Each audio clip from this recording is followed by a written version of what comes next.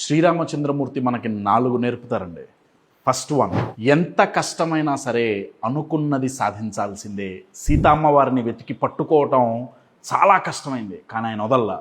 Second, ఒంటరిగా పోరాడితే success రాదండి. శ్రీరామచంద్రమూర్తికి కొన్ని కోట్ల వానరాలు టీం వర్క్ చేసి ఆయనకి హెల్ప్ చేసినాయి.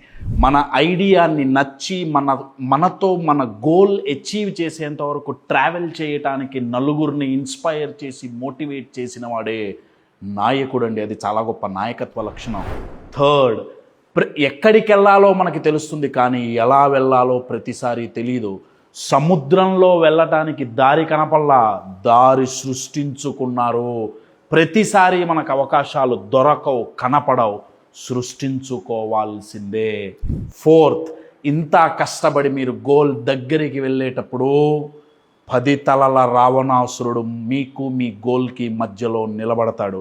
ఆ 10 తలల రావణాసురుడే మీ లోపల ఉండే భయం కావచ్చు, అపనమ్మకాలు కావచ్చు, లేకపోతే మిమ్మల్ని డిస్కరేజ్ చేసి డిమోటివేట్ చేసే సొసైటీ కావచ్చు.